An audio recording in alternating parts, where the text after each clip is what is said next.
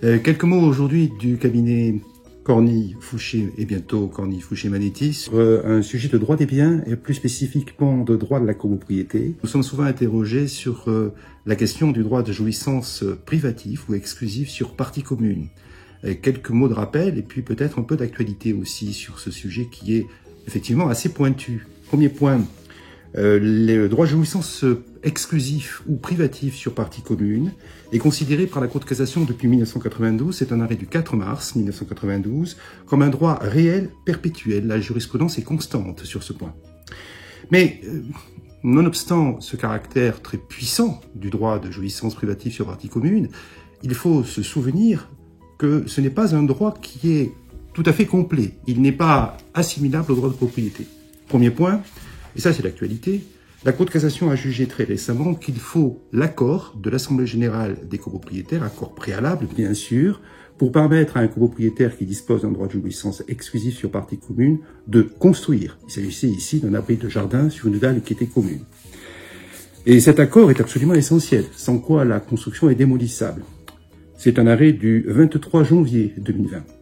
La Cour de cassation a également jugé que celui qui bénéficie d'un droit de jouissance exclusif sur des combles au-dessus de son propre lot doit disposer d'un accord de l'Assemblée générale des copropriétaires, à la majorité qualifiée d'ailleurs de l'article 26, les 2/3 des voix, pour installer un ballon d'eau chaude dans les combles dont il a pourtant la jouissance privative.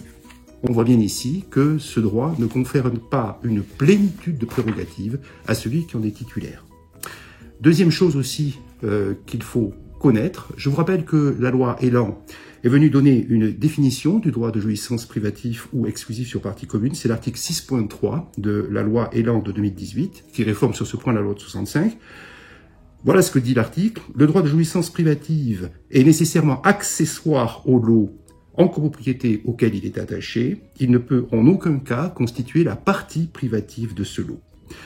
Pareillement, l'article 6.4 de la loi Elan vient nous dire qu'il faut désormais que le règlement de copropriété mentionne expressément qu'un copropriétaire a un droit de jouissance privatif sur partie commune pour qu'il en bénéficie.